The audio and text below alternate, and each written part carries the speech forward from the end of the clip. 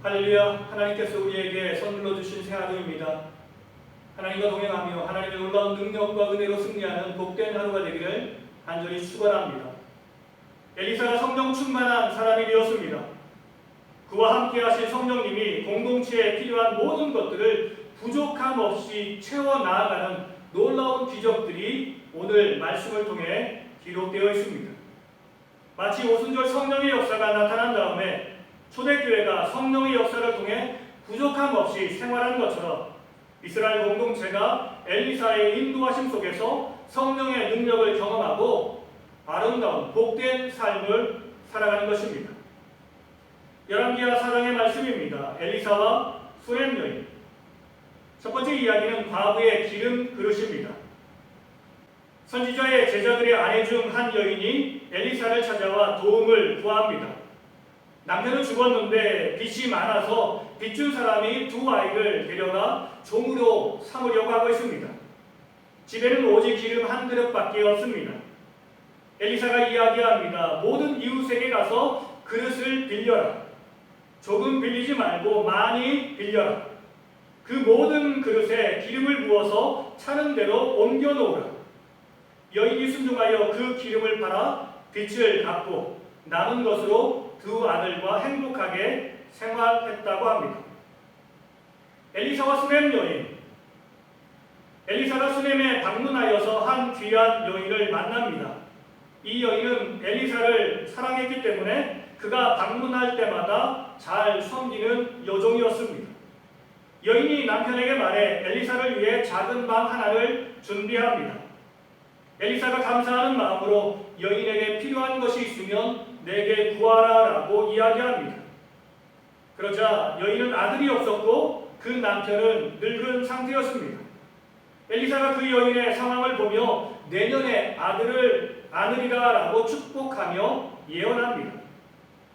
여인은 그 말을 믿지 않았습니다. 그러나 하나님의 말씀, 엘리사의 말씀대로 여인이 잉태하여 아들을 낳았습니다. 수렘 여인의 아이의 죽음과 부활. 아이가 자라매 하루는 추수꾼들에게 나가서 그의 아버지와 함께 아이가 있었습니다. 그런데 갑자기 아이가 머리가 아프다라고 하는데 쓰러져서 어머니의 무릎에 앉아있다가 아이가 죽게 되었습니다. 그의 어머니가 아들을 엘리사가 사용하던 방 침상 위에 두고 문을 닫고 나와 엘리사를 찾아갑니다. 갈멜산으로 가서 하나님의 사람을 만납니다. 여인이 도착하여 하나님의 사람의 발을 앉습니다. 하나님의 사람의 종 게하시가 말리려 하지만 엘리사는 그를 그냥 놔두라라고 이야기합니다. 여인이 엘리사를 원망하며 이야기합니다. 엘리사가 게하시에게 이렇게 지시합니다. 내 허리를 묶고 내 지팡이를 손에 들고 가라. 사람을 만나거든 인사하지 말고 다른 사람이 내게 인사할지라도 대답하지 말라. 내 지팡이를 그 아이 얼굴에 놓으라. 게하시가 일찍 달려가 엘리사의 말한 대로 순종하였지만 아이가 살아나지 않았습니다.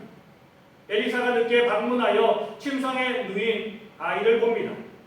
방에 두 사람만 있고 엘리사는 여호와께 기도합니다.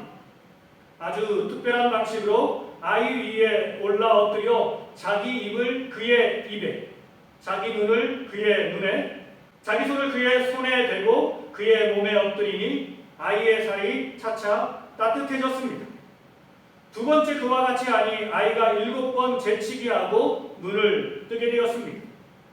엘리사가 게하시를 불러 수렘 여인을 불러오라라고 이야기합니다. 애인이 엘리사의 발 앞에서 땅에 엎드려 절하고 아들을 안고 기쁨으로 나아갑니다.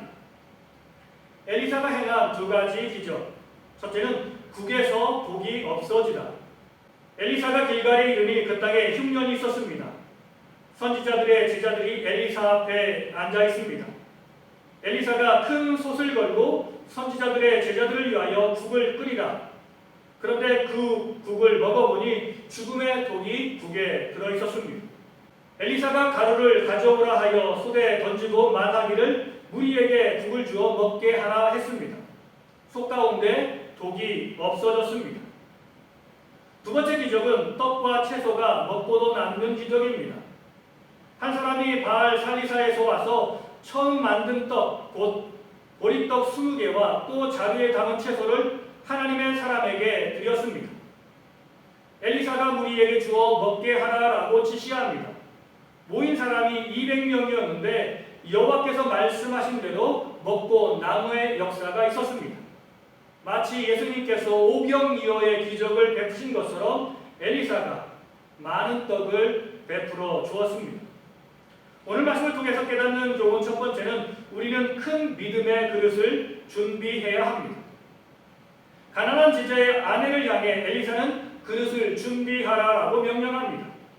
준비된 그릇만큼 내가 그 안에 기름을 채우리라라고 말씀합니다. 우리가 많은 그릇을 준비하며 우리가 큰 그릇을 준비하며 주님의 큰 은혜와 축복을 경험할 수 있지만 우리가 작은 그릇을 준비하며 우리가 그릇을 적게 준비하며 작은 축복과 은혜를 경험합니다. 문제는 나의 믿음입니다. 우리는 그것을 하나님 때문이라고 생각하지만 문제는 나의 믿음입니다.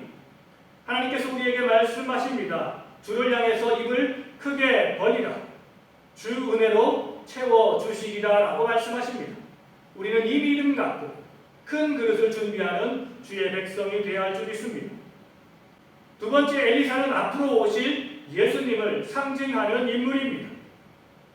참으로 엘리사의 기적은 놀라운 기적입니다.